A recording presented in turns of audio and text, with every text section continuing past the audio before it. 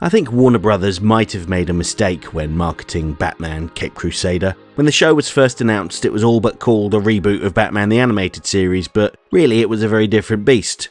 Now with hindsight, I understand what producer Bruce Timm meant when he said that he felt like the show was more Batman the Animated Series than Batman the Animated Series. He meant that Caped Crusader would more closely match his original idea for BTAS, before the censors got involved and the creative team expanded beyond himself, Paul Dini and Mitch Bryan. It's a statement that set expectations, and when Caped Crusader launched, some of the viewers reported feeling disappointed. Some online discourse made it seem as though the show is broadly unpopular, but I don't think that's the case, at least based on the engagement data that I have. Now, I don't have Amazon's viewership data, but as the person that has most extensively covered Batman Caped Crusader on the internet, now there's a claim to fame, I do have some data of my own that we can draw on. I've made over a dozen videos looking at the characters seen in the show, their comic book origins, how the show reimagined them, and talking about if their changes worked or not. And the data I have from these videos suggests that most people are broadly on board with the show. For instance, my video on Lady Penguin, easily the most controversial character in the series, currently sits at 10,182 likes to 410 dislikes, which works out to an approval rating of 96.1%. That's slightly lower than my channel's usual average, which tends to hover around 99%, but the gap matters less than the scale. A drop of a few percentage points tells us that there is disagreement, not that the audience has turned its back on the show. If anything, it suggests that criticism is concentrated among a vocal minority, while the overwhelming majority of viewers are either broadly positive or at least unbothered by the choices the series is making. I should add that according to YouTube, a good view to like ratio is about 2%. This Penguin video has a ratio of just under 5%. That pattern holds when you look at my full review of Batman Caped Crusader as a series. The video has lower engagement overall, but still sits at 3,210 likes to 315 dislikes from almost 61,000 views. This gives it an approval rating of just over 91% and a 5.3% view to like ratio. Granted, that's a smaller sample than the Lady Penguin video and it's naturally less precise as a result, but the conclusion it supports is the same. The response is more divided, which is exactly what you'd expect from a broad assessment of the show, rather than a discussion of a single character, yet the majority reaction remains clearly positive. YouTube likes and dislikes aren't a perfect measure though, because they reflect a self-selecting audience, platform quirks and engagement rather than some pure public referendum. But given the limited data that's publicly available, they are a reliable temperature check. When thousands of viewers respond positively, even on videos addressing the most contentious elements of the show, it becomes very hard to sustain the claim that Caped Crusader is broadly despised. What the data actually suggests is a familiar pattern, a generally receptive audience, and a much smaller, louder group insisting otherwise. A lot of this pushback makes more sense when you understand the emotional mechanics behind it. Caped Crusader was framed as a nostalgic, even corrective return, and when nostalgia is involved, some viewers react badly to any sign that the past is being reinterpreted rather than preserved. That anxiety gets misdirected, amplified, and occasionally weaponized, until discussion about storytelling collapses into culture war noise.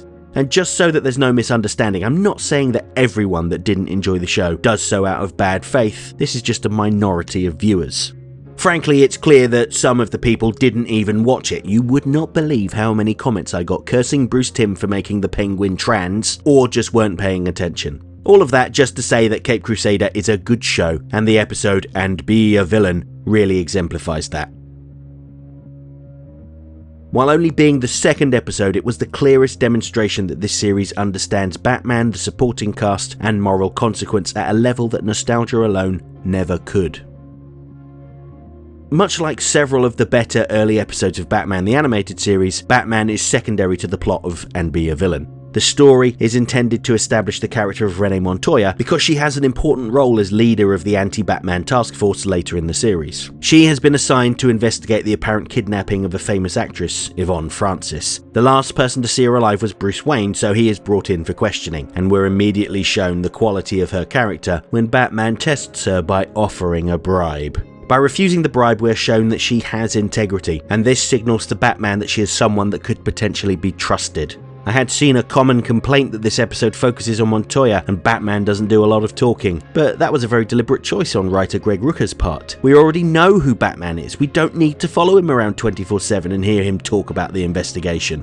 His character is already clearly established. He is cold and aloof, but he cares about protecting the innocent. But Montoya is relatively unknown to most viewers. She was created for Batman the Animated Series, and the early Writer's Bible suggested she would have a prominent role in that series, but nearly all of the plans outlined in that document were scrapped when Alan Burnett came on board to resolve a conflict between the team. There was one episode, POV, where she had a prominent role, but after that she was mostly a background figure. So in that regard, bringing Montoya to the forefront is another way that Caped Crusader was more Timm's version of BTAS than BTAS was. While the character was fleshed out tremendously in the mainline comics, primarily by the episode's writer Greg Rucka no less, she needs the screen time to establish who she is. Of course, that doesn't mean that Batman is absent from the episode. He actually does quite a lot of talking when inspecting clues that he's gathered. Likewise, his presence is always felt.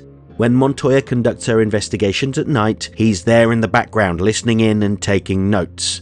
And when lives are at risk, that's when Batman pounces. When it appears that the actor Basil Karlo has been murdered by the hideous Clayface, it's Batman that chases him across the rooftops while Montoya calls for backup. And to go back to that BTAS Writer's Bible once more, they originally described Clayface as a generic thief with a mysterious serum that makes him a shapeshifter for a limited amount of time. As I'm sure any BTAS fan will know, what we actually got in that series was nothing like that. Their Clayface was Matt Hagen, a disfigured movie star who became a tragic monster. He was someone who had his humanity ripped away from him and was driven by feelings of inadequacy and vengeance. But this Clayface feels like a direct response to that and almost the opposite. I did a whole video about him where I talked in depth about why his character works so well, so add that to your watch later list if the subject interests you. But in short, this Clayface is a petty and small man who always felt he should have been the big star rather than just playing the villain. He also lusted after his co-star Yvonne, but felt that it was his face that put people off him. So he threw every penny he had into the development of a serum that would allow him to change his face. He chose to have that substance injected without any testing, which is usually a recipe for disaster, but in this case it was a great success. He can look however he chooses to. He gave himself a more aesthetically pleasing version of his own face and went to confess his love to Yvonne, but she rejected him. She had never been bothered by his face, it was more his personality that she found repulsive. She had only agreed with his comments about his face to spare his feelings. And this realization dawning on him makes him lose his composure and he lashes out in anger. To be clear, that face slip wasn't a sign that his procedure had failed, it was his core delusion melting away. From that point on, he chooses to wear the face of Clayface, to become a villain and a monster, because that's who he is deep down inside. His campaign of revenge isn't even against people that have actually wronged him, they're just people he doesn't like. He kills Jack Ellman, the makeup artist and creator of the serum, forcing it on him and using his corpse to fake his own death. He murders Daryl Manning, an actor who competed for Yvonne's affections. He electrocutes Lou Valentine, the studio head, despite the fact that he had defended him when he was assaulted by Ellman. And he tries to stab Edmund Haynes, a director that could be rude. This is utterly indefensible and about as far as you can get from BTAS's Clayface, who had genuine grudges against the people he attacked. Although, just to be clear, Hagen's plan to murder Roland Daggett and his henchmen was still wrong, but at least you could understand where he was coming from. Basil Karlo, meanwhile, is just on a rampage because he learned he enjoyed being a serial killer. And that's what the title references, Karlo's choice to become a monster. It is also a reference to a line from Hamlet, very appropriate for a melodramatic actor, and it reflects who Karlo is as a character. This Clayface loves the sound of his own voice and revels in his villainy. He delights in deceiving people, impersonating witnesses and leaving a fake Karlo corpse to get Montoya off the scent, and he just had to watch her struggle to understand what she was seeing. While his murders were horrific, they were fairly quick, but when it came to Yvonne, he planned to recreate a death trap from one of their films, slicing her in two with a hanging blade that was slowly lowered towards her. He wanted her to suffer in terror for daring to reject him. And that nod to his own movies really gets at the heart of why I enjoy this episode so much. The entire thing is a love letter to classic Hollywood horror films, from the titles of Karlo's monster movies, to the fact that Jack Ellman looks just like Jack Pierce, the man who created Universal's Frankenstein monster makeup, to the music which feels like a lost Hitchcock movie score. It's just wonderful for movie fans. I have to say that my favourite scene in the entire episode comes when Montoya believes she has solved the case. She thinks that Ellman is the killer and goes to his studio to try and interrogate him. What she doesn't know is that Elman is dead and Carlo has replaced him. Those familiar with the character likely figured this out because we know that Carlo is Clayface. But the moment where she punched him in the face and leaves an impression of her fist in it is fantastic. I also love how this is mirrored at the end of the episode where Batman's punch practically causes Carlo's face to implode.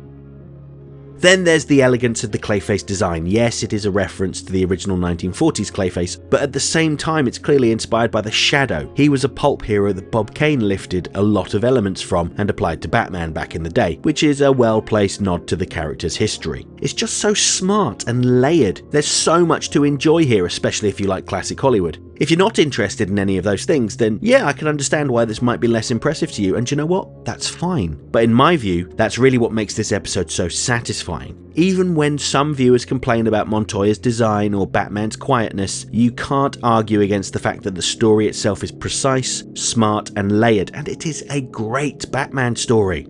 And while I don't think that the Caped Crusader marketing should have referred to it as being more BTAS than BTAS, because it's too easy to misunderstand what that means, and be a villain feels very much like what Bruce Timm described. It's not about copying the past or leaning on nostalgia. It's about taking the core principles of what made Batman the Animated Series great and applying them in a way that feels fresh, precise, and purposeful.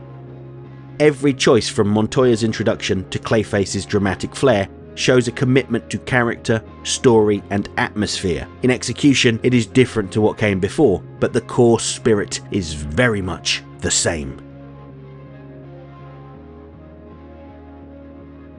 Okay, that's it for this essay. If you enjoyed the video, don't forget to like, share, subscribe, leave a comment, tell all your friends about me. You know how YouTube works. If you really liked the video and feel like tossing a buck or two my way, please consider using the thanks button, because every little helps. And if you have really enjoyed my work, you might want to pick up a copy of my book, Rogues Gallery. It features 22 essays on villains from Batman the Animated Series. There's a beautiful cover by Batman the Animated Series background artist John Calmette, a foreword by director Dan Reber, and a moving segment from the late Kevin Conroy sharing his thoughts on life, love, and loss. Plus, an exclusive essay on the Condiment King that will never be made into a video. Rogues Gallery is available worldwide on Amazon, both digitally and in softcover. Finally, channel memberships are just $1.99 a month and give you early access to my essays, custom emojis, and your name featured on my members end screen, which has been rolling for a little while now. Huge thanks to everyone who's already part of this. You've helped to make these videos possible. If you want to see your name up here too, join the channel now. And while I have your attention, please consider checking out my other channel, Serum Lake Comics, where I talk about mostly DC comic books.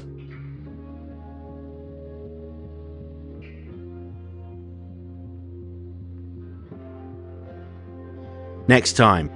When I return on Friday, we'll be going back to the results of my Justice League villain poll to talk about the earth-shattering beast that never quite was, Doomsday. And next Monday, going to the complete opposite end of the scale, you asked for this so you're getting it, a new Batman the Brave and the Bold video looking at the interdimensional imp, Batmite. Hope to see you then.